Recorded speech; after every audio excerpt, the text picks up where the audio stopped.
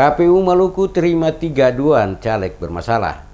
Setelah mengumumkan daftar calon sementara bakal calon anggota legislatif DPR dan DPRD, Komisi Pemilihan Umum Provinsi memberikan waktu kepada masyarakat untuk memberikan tanggapan mulai dari 12 hingga 21 Agustus 2018.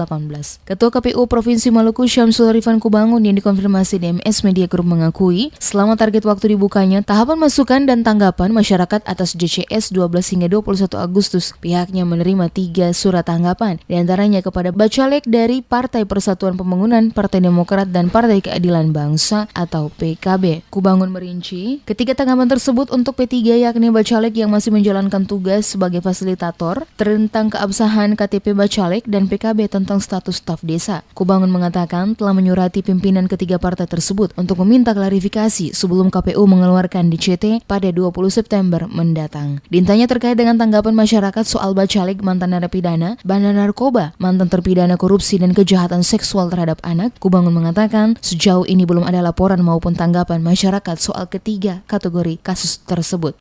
Pertama itu di Partai Persatuan Pembangunan berkaitan dengan ada salah satu bakal calon yang dia menjadi salah satu sandiri negeri di salah satu desa.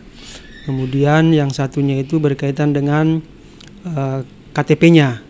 Di Partai Demokrat adalah salah satu bakal calon yang berkaitan dengan kartu tanda penduduknya. Yang satunya lagi yang di PKB itu berkaitan dengan dia menjadi salah satu fasilitator ya.